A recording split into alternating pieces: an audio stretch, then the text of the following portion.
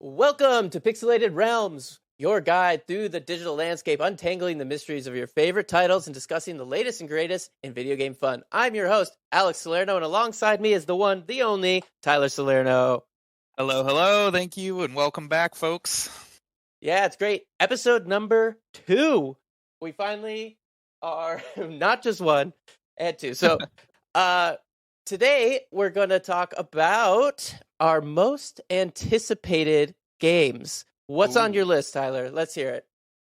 Well, there's a lot of games. But I picked a couple that I think I'm really, really looking forward to. So, I really am looking forward to Dune Awakening.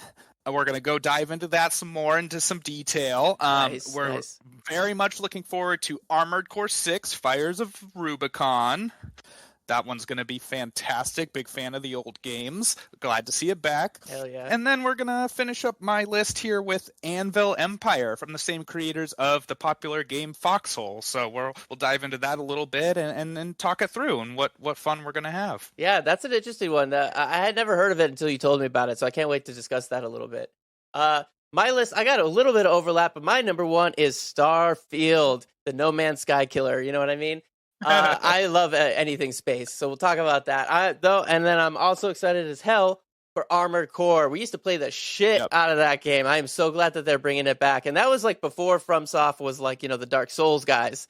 They were known before Dark Souls. Mm-hmm. Yeah, or before even Demon Souls. Yeah, they were Armored Core.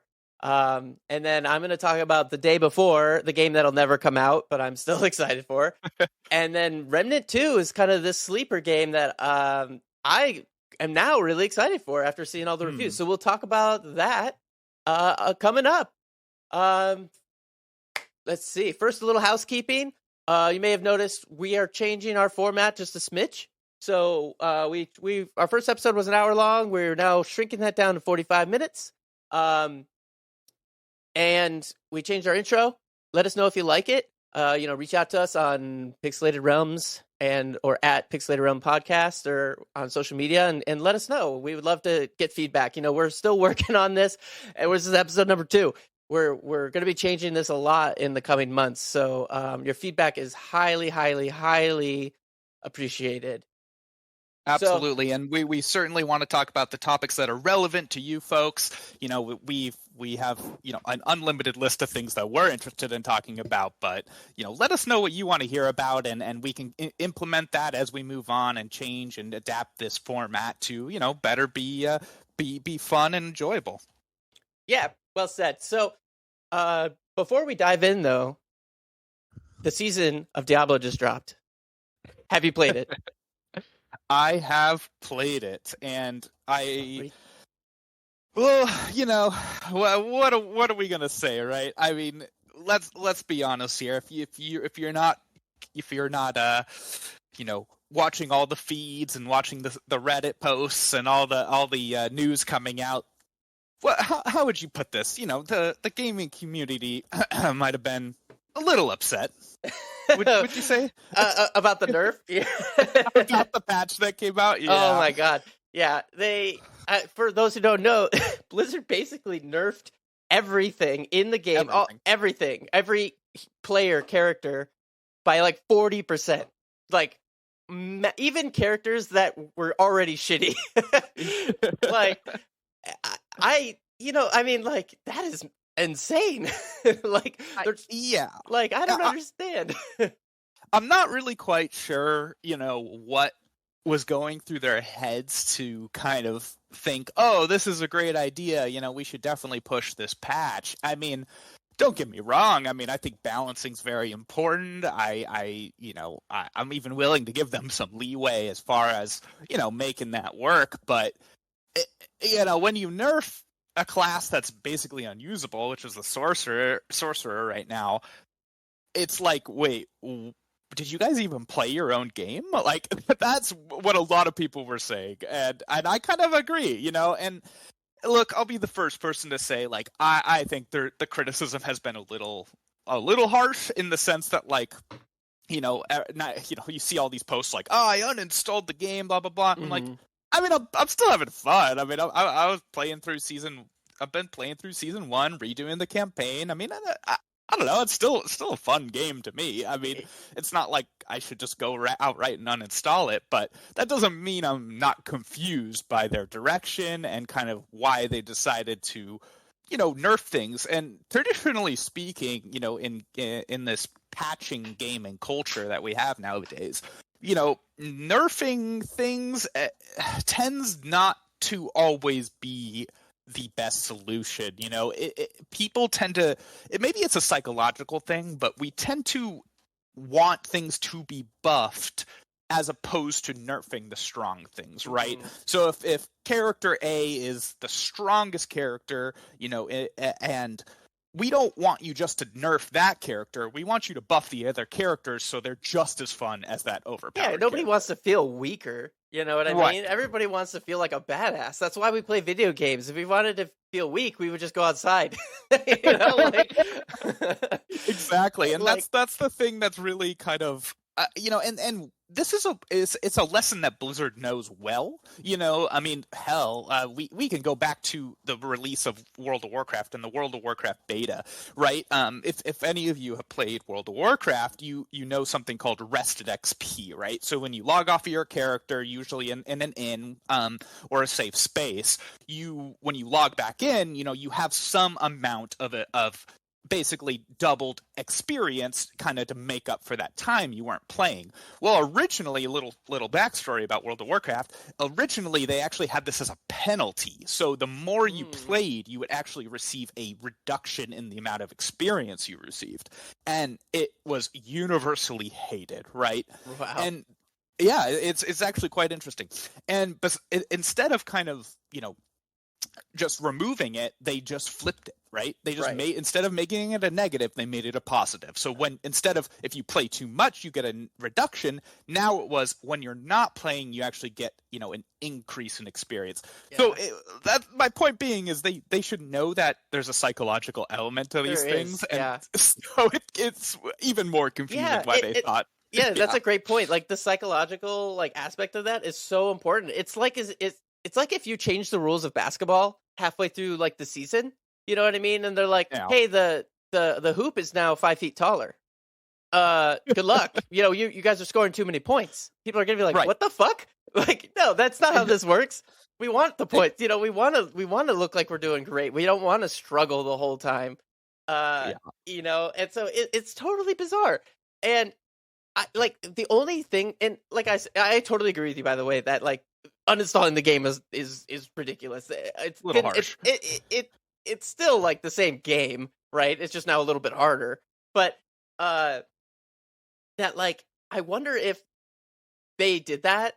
The only thing I can think of that the reason to do chopping the top off of the everything is that they were people are leveling up too fast or are killing things too fast. And we need to buff everything because the rate at which they're going through stuff is too fast, and we want to slow that down, which is good and bad, and I can understand that. But the thing is that's really shitty for the casual players, and it's fine for the hardcore players because they're fine, we're still gonna play 40 hours a day. It kind of just widens that gap if you think about it, right? Because exactly. One, it's going to kind of piss off the hardcore players who, like you said, are probably going to level anyway, but they're still mad now that it takes more time. But then the casual player has a significantly harder time, getting to that place, and that balance, which is really important, is kind of messed up. So it's interesting. I think we've definitely, given some criticism there. We feel a little bit of criticism is due, but also, I mean, I'm along for the ride. I've been playing it. I'm enjoying myself. I personally, I love going through the campaign again. That's something I'm kind of missing. I'm once I end the campaign, I'm can I just redo this? At least it's something to do. So, I anyone who's following this trend saw that they did do a fireside chat yesterday, which is Friday the 21st in this case. Uh-huh. And they clearly know what the reaction has been, right? I mean, they Right. kind of just started off by saying like, "Sorry," you know. We're So sorry. yeah, exactly, and so they're they're really reassessing it, and genuinely, I do feel like these devs care a lot, and they're probably fighting some pretty serious Activision oversight, and Hmm. and that's a whole thing we'll discuss on a whole nother episode. But yeah, Yeah. we just want to acknowledge that, and Well, and also acknowledge, kind of just the bumpy road here, and I mean, I still am going to keep playing, and I want to keep having fun and enjoying the game, but it's worth acknowledging. yeah, yeah. The thing I'm afraid of is that they had a really good launch. Diablo 4 had a really good launch, and Mm. Blizzard lately has had a pretty interesting reputation. And I would really hate it for them to slip back into those old trends of being just totally missing the mark and totally like Hmm. not reading the room. You know what I mean? And making all these decisions around finances. But something that might affect the game coming up is the acquisition of Microsoft. So that would be really interested to see if Activision's kind of quote unquote greed. Who knows what's the actual motivator? But like Yeah. if that kind of gets put in check a little bit, because Microsoft is going to be like, listen, you got money, we got money, make a good product, be the Blizzard we need you to be, be the Activision we need you to be. You don't have to worry about shareholder profits as much anymore. Yeah, no, it's definitely there's definitely a lot of kind of mismanagement going on, and I was even, not to dive too deep into this, we'll get on to our next segment here real soon, but I just watching some posts, some videos of old Blizzard employees and developers just talking about how it's not the same. It is not the same, uh, uh, company as the 90s and 2000s, the one we kind of know and love, and so yeah, it's sad to see that, but I call me helpless romantic. I just want to keep believing that things are going to get better, I know, and those voices that I know. matter and understand are going to prevail. So we'll see. We'll keep it positive, but it's definitely something to note, Yeah, and it's been quite a ride already. yeah. I want the Warcraft 2, Warcraft 3 days back, but maybe we could get a former employee on the podcast. Hint in the future, Yep. maybe. We'll Yes, of see. No course. promises. Anyways, Absolutely. so this isn't the Diablo 4 podcast or even the Blizzard podcast, even though it does seem like that. Let's go ahead and dive into our most anticipated games coming up. So it is July 22nd right now. So up and cut. There's a lot of good games coming in the second half of the year, and even beyond. So, like, Hmm. let's dive right in. Like, I'm gonna start with Starfield. I Hit it. am so excited, and I'm a hype trainer. I have been burned so many times. You think that I would not? I would have learned my lesson. I have not. I have not. I pre-ordered Cyberpunk, got burned. I've pre-ordered so many games, and I'm so stupid for doing so. But I do it every time. I pre-ordered Starfield, which is even dumber because it's on Game Pass. Oh, jeez. And I still Oh, paid for it. jeez. I still paid for it. I'm such an idiot, but I can't help it. I'm so ready. I mean, Skyrim in space? Sign me up. Sign me up. In fact, I did something that I have never done before, and I got the collector's edition. And I Wow. really, I'm not normally, I don't normally do that, but I was like, oh, this looks so cool. I don't know if you've seen it, but like, it has like, apparently in the game you wear like a watch, and that's like your menu or something Hmm. like that. But it comes with the actual watch from inside the game, and then it comes in this like really nice case, and it comes with all this other like artwork and a steel book and everything like that.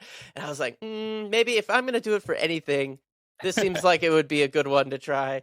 So I went ahead and got the collector's edition. That's how excited I am for this. Just watching the Wow. videos. Have you watched any of the videos? They have like an hour of gameplay.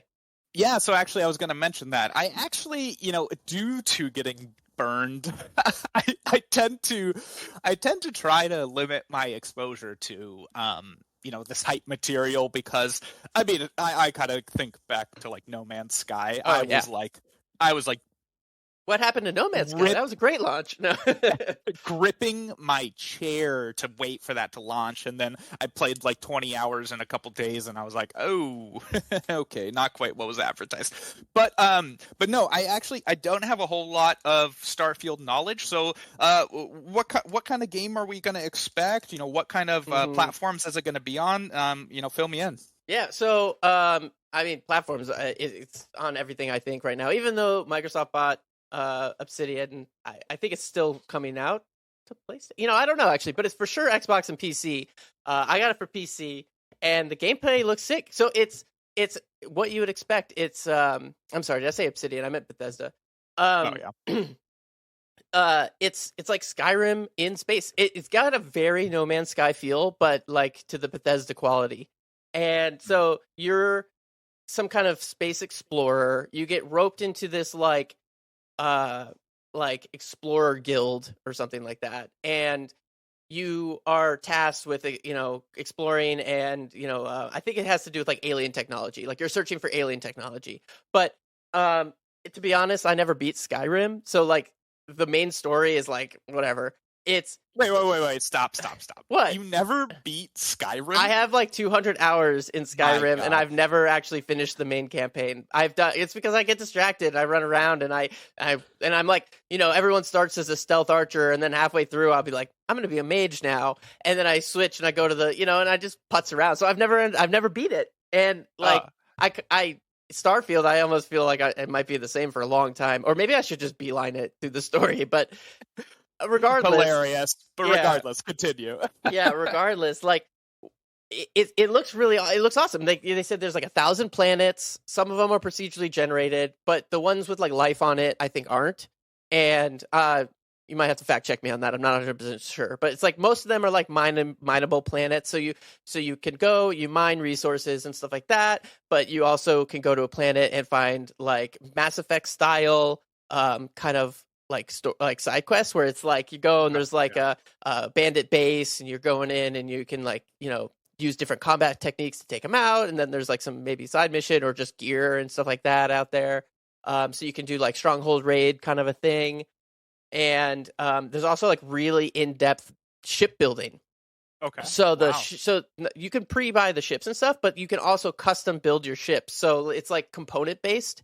So you'll have like your cockpit, and then you can kind of attach like a sleeping unit to the back of that, and then you can make it either like this big like freighter, or you can make it this little jump ship, like for like mercenary work or something like that. So it's very it's very flexible and kind of the style, but you can customize everything, and it looks really cool. So I'm excited to see what you can do with that. And I love a good exploration game that mixes in combat. As we kind of talked last time, I like combat. I like tactical kind of feeling, stuff like that, but I also really like to feel like I'm a lone ranger out in the world exploring. So like this is like such an Alex game. Like I'm super excited, as long as it doesn't have the traditional Bethesda bugs. Where like everything is. It will. Yeah, of course it will. They claim that it's a new engine, and so they like rebuilt their rendering pipeline, and they rebuilt all these things. So we'll see, but no promises. I'm sure there's still gonna be plants growing through metal and stuff. But it makes me want to bring up. So what about the what do you even call this? The unobtainable video game. Oh geez, man, I can't even remember. Where do you try to go so for? long. I'm thinking of the space game that's never coming out. Star Citizen. Oh, the one that's. So I mean, are we going to see some similarities there? Or are we, are they going a different direction? What sense have you got? I hope it's way different, but having played actually a significant amount of Star Citizen, that game is the most garbage game I've ever played. But anyways, it's not. We're not talking about Star Citizen, but Starfield compared to Star Citizen, I feel like they're going to be way different. Like Star Citizen is more of a kind of life simulator. It's supposed to simulate like. I'm this just guy in the universe, and I kind of go and do things, and yeah, there's quests and stuff like that, but it and it's online, right? So it's like you run into other people and stuff like that. So there's a little bit of difference there, but Starfield is a single player experience. As far as I know, there's no multiplayer, and it's more about the quest and the experience, and like I fully expect you get lost in side quests forever. And I think they said something like it's got like some X number of times more dialogue than Skyrim, so it's gonna be even like Wow. bigger. And you have 1,000 planets to go through. Though only like probably like a couple dozen of those are inhabited, but like still that's a lot of space to wander through. So I feel like this game is going to be very large scale like Star Citizen is, but I feel like a completely different experience. So I don't know if I would exactly compare them. um Well, and it goes to say that we're both, big Bethesda fans in general. I love the Fallout franchise. I love the Elder Scrolls franchise. oh yeah. I mean, my faith in them is pretty high. Yeah. Uh, I feel a pre-order is not like out of my mind at this point. So yeah, I'm very excited. And I see it's launching on September 6th. Yeah, Which it's like a month. actually, yeah, it's really close, a lot closer than I thought. So that's really exciting. Hopefully, like you said, we get a good launch, and it's kind of bug free, and it's not like a day one patch kind of situation. But Yeah, we'll see. we'll. But either way, as long as we get a good game in the end, I think I'll be pretty happy. Yeah, yeah, I mean, as far as pre-order goes, I'm kind of like, I know I'm gonna buy this game eventually, and I'm gonna buy it before it goes on sale. So I was like, fuck it, pre-order that baby. But yeah, we'll see. We'll see what state it's in coming out, and they've made a lot of big claims, which usually means a lot of big bugs. So we'll see. And like you said, it's like a month and a half. Like it comes out, like it's actually pretty soon. So, and this game, I've been waiting for this game for years, so I'm super pumped. Yeah, I'm just looking at it. It says they've been developing the universe for 10 years. That's a Yeah. big claim. So we'll see. Yeah. We'll see what we get. I'm Yeah. also really excited. I looks like you can get 5 days early access if you get the premium edition. No surprises there, but very tempting certainly. So, yeah, I'm really excited about that myself. Looking forward to it. Yeah. Speaking of big universes, you want to talk about Dune Awakening?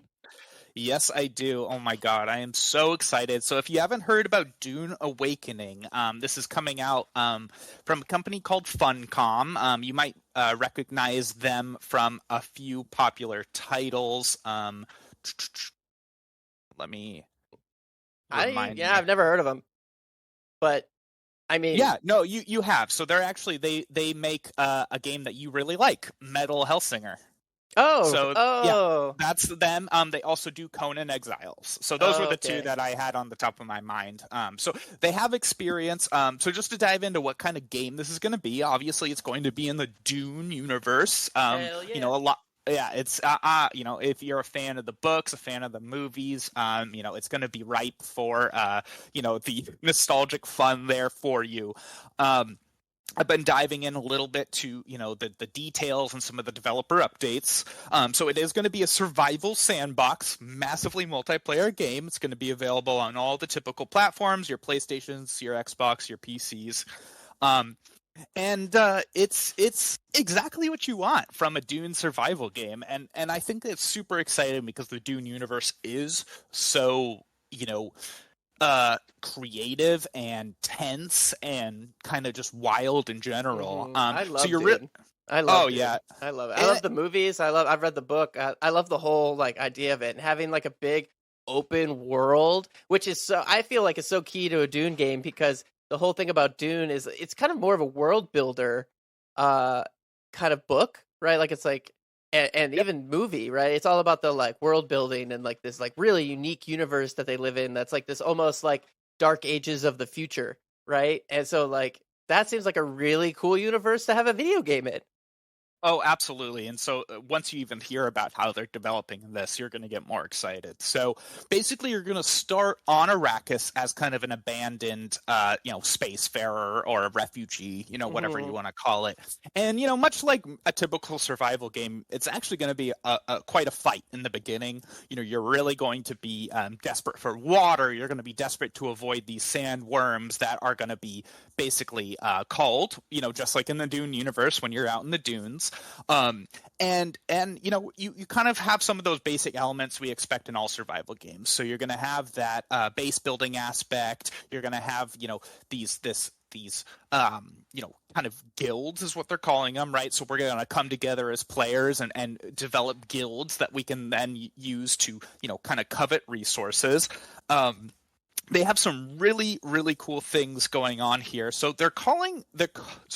diving into the combat a little bit and how that's going to work, they're calling it combined arms. And basically what that concept means is it's how they're mixing ranged combat, melee combat, vehicle combat on the ground and in the air, and Whoa. how that all plays into the environment. And to me, that's really exciting because, I think about games like Ark, right, which has Ark Survival Evolved, which has that kind of element to it, where it's, ground, air, everything in between, and it can be a little hectic, right? But the fact that they're really approaching it from a holistic standpoint, and they're really trying to nail that in, Nice. it's very encouraging to me. And of course they have all the blades and guns and weaponry that we know and love from the Dune universe. So I'm really excited to explore that more, get my Chris knife and Cool. if someone has a shield, you have to go up and melee them with the slow blade, pierces the shield. So right. they're obviously huge fans of the Dune universe, and they're staying really loyal to its tenets and what makes it interesting and unique. So there's a whole bunch more to dive into. So basically, the environment, first and foremost, it just looks gorgeous from what they've shown us so far. I mean, it's clearly I don't know the engine, but whichever engine they're using, it looks wonderful. Their level design is wonderful. But more than that, it's actually going to change very significantly as the game progresses. So basically they are going to have these things called Coriolis storms, right? So like a sandstorm, and that is going to shape the dunes and the terrain and uncover temples and caves and so as the game develops, say the biggest guild ever takes over this area, hey, tomorrow it might not even be there. So there's going to be a lot of manipulation, and if it is everything they say it's going to be, it sounds amazing. Wow, if it's half as cool as this, I'm sold, man. Absolutely. And it's an MMO? Like, what? Yeah, they said there's going to be thousands of people per instance server, so we'll see how that works out. Right. Dude, I'm excited. I'm so ready for an MMO. I feel like, I think we were talking about this not that long ago, but I feel like MMOs kind of dropped off for a while, at least developing new ones. Like everyone just, it's like it was WoW, Final Fantasy, I guess Guild you could, Wars 2. yeah, Guild Wars. I guess you consider Destiny sort of an MMO. Like it just kind of, I don't know, it just didn't feel like that people were cranking them out like they used to. And so it was trying to find a modern AAA MMO is really hard to do. All the MMOs out right now that are popular are old that have been just updated over the years, which is, fine. But every now and again, you're I kind of want a built from the ground up, new technology, new standards of coding practices and development practices and stuff like that. So I'm really excited to get into a new MMO, especially in the Dune universe, especially a survival game. And this looks awesome. And the graphics look sick, and you're telling me how dynamic the world is. I am sold.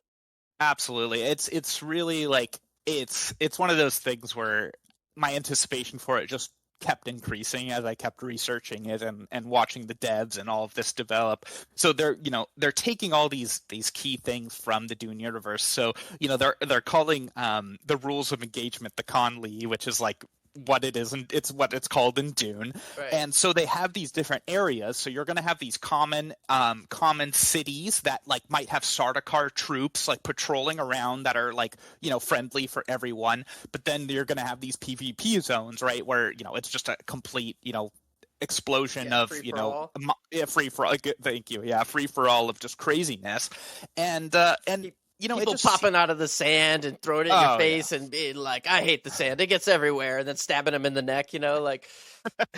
Oh, and the whole time, right, is you have, you not only have other humans or other players to worry about, you have the sandworms to worry about. So the sandworms, they sound like they're just nailing that aspect. So when you walk on the sand, right, you're going to generate a certain amount of, like, you could call it threat, like sandworm threat. But when you're on a ground vehicle, you're going to create more of that threat. So if it's you and your 5 buddies on these sand motorcycles, you're going to have a much higher chance of summoning the Dune worms. And so, think about this. You're having some crazy PvP battle with some other clan or guild, and you forget that you guys are probably thumping, on the sand, and the worm's going to just take you out. Or like on the flip side of this, I imagine you're like there's a big group of guys and you're like a solo person, you have one of those little thumper devices and you just throw it in the middle of them and summon a worm and be like, good luck. There's a lot of fun to be had in that. And it's funny too, because they even mention, they go, when you get swallowed by the worm, you don't leave anything behind. So it's not like you're going to be leaving a backpack. Like, everyone's done, man. Your gear is gone. Your car is gone. I am excited. It doesn't look like there's a release date for that one, so that we got a little bit of time, so I can enjoy my Starfield. Totally. Speaking of MMOs, actually, unless you had like a lot more to go on that one, I kind of want to skip ahead on my list here. Sure. Because this reminds me of, so like, have you heard of The Day Before? Have you heard of this game? I think you showed me a little bit of info on it, but it was pretty elusive, right? So fill us in. What's The Day Before about? So The Day Before, Fantastic is the company that's developing this game, and they've made other games. I'm trying to remember exactly. I have to look them up. But this is like a sort of a post-apocalyptic survival MMO, and this is why this Dune talk reminded me of it. And because I'm eager right now for a really good MMO, and so Dune sounds like it's probably going to be the one. But I also have my eyes on The Day Before. And so they showed some really cool video footage of it, where it's kind of like DayZ-ish, where almost like The Division, where you're it's third person. You have kind of your backpack and your gun, and you're walking around, and you have to you come up to a farm, for instance, and you have to scope it out, make sure there's no zombies or whatever the monsters are, or other players, because they can take you out, and then you have to go and scavenge the house and stuff like that. And that's been done 1,000 times before, but one, it's MMO, so it's kind of an open world sandbox, and then two, it looked really good. But here's the kicker: nobody knows if the game is real or not.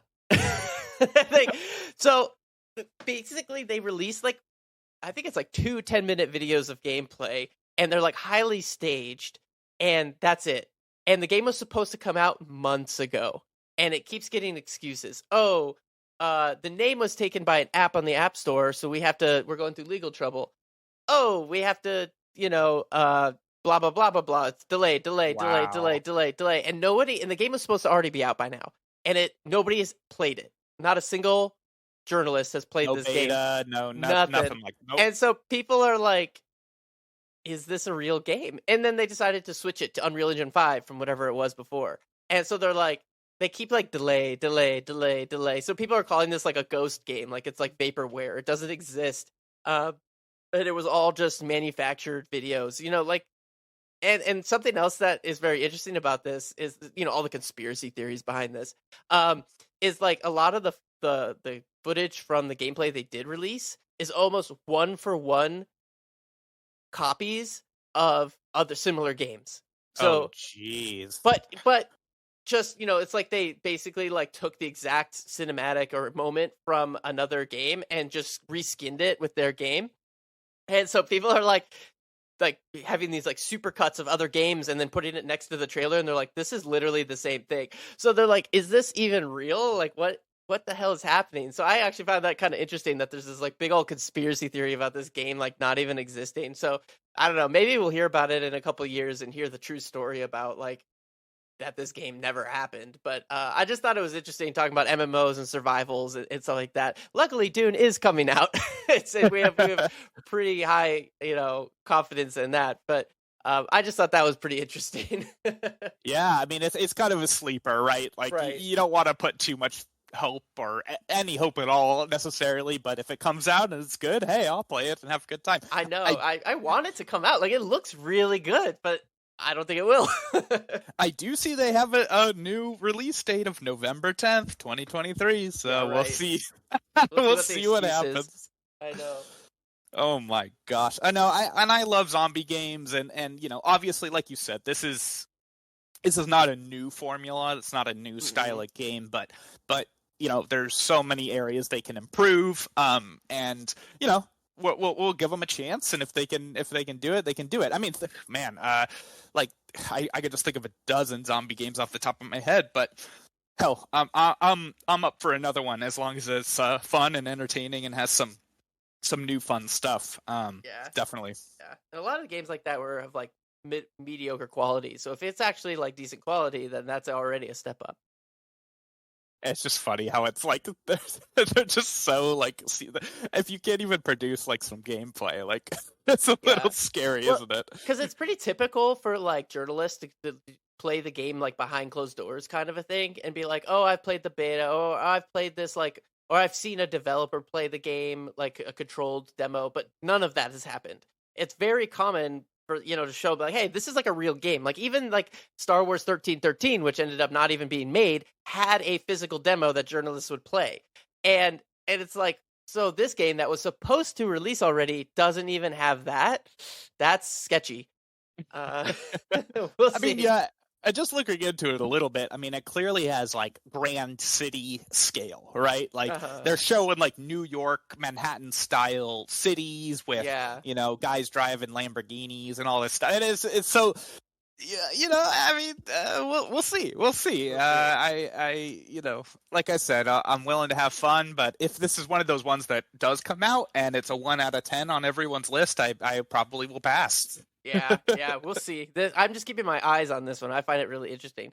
But speaking of high quality, I don't want to. We only have a little bit of time left, and I really want to talk about Armored Core. Love So, it. I mean, shit, we used to play that game when we were younger, and like I love Armored Core, like customizing your mech and doing the missions. So, like if I remember right, like Armored Core is like a mission based mech game, right? So you'd like select Yeah. mission 1, and it would drop you into the level, and you have a like a objective, and you'd go in and you beat the objective, and then you're done. So it's not like an open world, which is totally fine. Like it's not like, it's very much like you get an A on this, or an S or a C or whatever, and then you get more credits or whatever to get better mechs and stuff. And the mechs were so wild. You could have like the 4-legged mech, and you could have the 2-legged mech, or you could have a hover mech, if I remember right. And then you'd have like, do I have big artillery on my back, or do I have a bunch of little guns and I'm fast? Like, it was so cool to customize. Like, the customization on Armored Core was like the thing, right? Like, you could really customize. So I'm excited that the modern day FromSoft, the award-winning, can't fail, best developer ever. Of course, I'm going to say that, and this game's going to flop. But like, is making another one. I'm ready. I'm so ready. Well, I wouldn't even be so sure about that because I've been doing a little bit of research, taking a look, So the one we played as kids the most was Armored Core 3, right? Right. That was definitely one of the highlights of the Armored Core series. For those who don't know, as Alex kind of hinted at here, this is an early FromSoft game. This is far before, we had our Elden Rings and Sekiros and Bloodborns. And it's funny because it still had all the tenets of the FromSoft games we know and love. Incredibly difficult. Incredibly difficult. It was, it was high quality. It was, it was fun. It was engaging. It had so many features. And so when we came to this, when Armored Core 6 Fires of Rubicon is announced, I was, of course I was incredibly excited, but that excitement's really only kind of increased as I've learned more about it. So they have released some gameplay footage. Yeah. And it looks so great. Like it just looks so great. So a lot of the, like you were kind of saying, a lot of the tenet of this is it is a mech customization game, right? It was, mission based, and I believe that's going to be fairly similar in the sixth version. It's going to be, somewhat linear. I'm not sure if it's going to be exact missions, but it is going Right. to be a linear storytelling strategy. But there's a few things that look dramatically different. First and foremost, we were playing this on a PlayStation 2, and so although it felt smooth to us, rolling around, jet boosting, it's not anywhere as smooth as this new gameplay that they've released. I mean, you seem to have so much variability in what you can choose for your mech. Right. Whether you do a lightweight mech that can fly around the map and it has a lot of vertical and horizontal combat, or you're a heavy mech that, has a ton of weapons on his back but has to take bridges because he doesn't have the, weight to fly. Right. And so that customization feels really good, and from what I've seen so far, it's all there. I mean, it's the same kind of thing that we know and love from the past games, which is super exciting. Obviously, an updated engine's amazing. We love it. Love to make things look better. But more than that, like it's we get to see a new rendition. It's being called a soft reboot, but what's that mean nowadays? But we haven't seen a Armored Core game in 10 plus years. So I'm really excited to see what this, powerhouse now of FromSoft can bring to the table in a game, that absolutely we loved when we were kids. So, there's so much exciting things about it, but, I think there's just alone, I think it has potential to possibly be one of the best mech games ever released. If maybe I'm getting ahead of myself, but if everything that is promised happens, and FromSoft typically does, execute, I think we're going to get a really, really good game. I love how much this has just become a hype cast for all the games we're ready to play. Like, this is going to be amazing. But I totally agree. I'm watching the gameplay right now. It looks so good. I mean, it's crisp. The level design, of course, from software quality is insane. Like, it's this like so massive industrial mech city. The customization looks like what I remember it to be. Like, you can basically do anything. You can control. You can change your legs. You can change your arms. Do you want a massive howitzer cannon on your back? Put that baby on there. It's gonna slow you down, but go ahead and do it.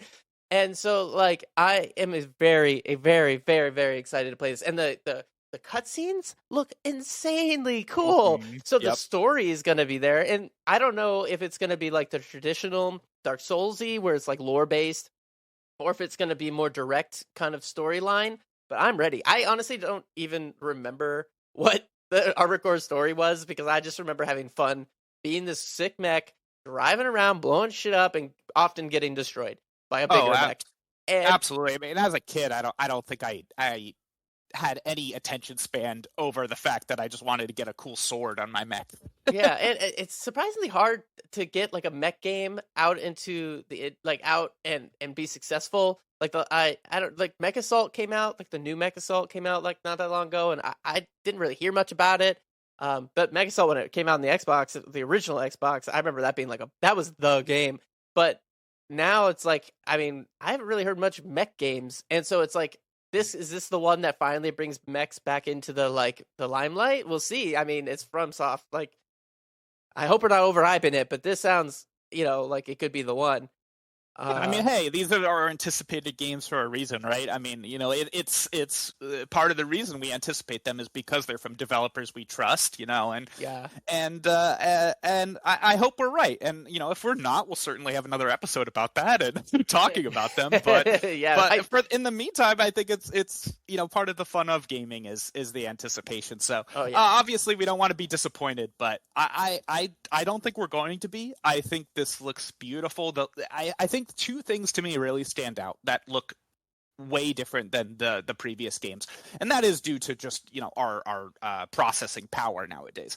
Is the levels, right? So the levels used to be fairly contained, right? You had some verticality but not a lot, but now they actually have it's a tenet of the game of having this vertical combat as well as the horizontal combat as well as the ground combat. So it doesn't seem like you can kind of avoid that now. It was still in the previous games, but is a little, I would say it was a little funkier. Right. And then the second thing is just the scope of the level design, right? If you go and watch any of this gameplay, you'll immediately notice that the levels look incredible. Yeah.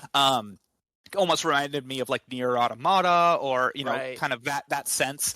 And that's going to allow for that vertical gameplay, that horizontal gameplay, those multiple options, which is going to be the real fun of this game. So those two things alone make me really excited, and as long as they can kind of maintain the spirit of the old games, I think we're looking in a really good shape for this one. Yeah. I agree. I totally agree. So it looks like we only have a couple minutes left. I don't know if we're quite gonna make talking about our last games. So I was gonna talk about the Remnant 2. Basically, it's like a I'd say light Dark Souls-y type shooter co-op game. It comes out in like a couple of days. I'm excited to play that if you're down to play it with me. And then you want to talk about Anvil Empire? Give me your 2-minute pitch. I will give you my 2-minute pitch. So Anvil Empire, it's funny because it's perfect for a 2-minute pitch.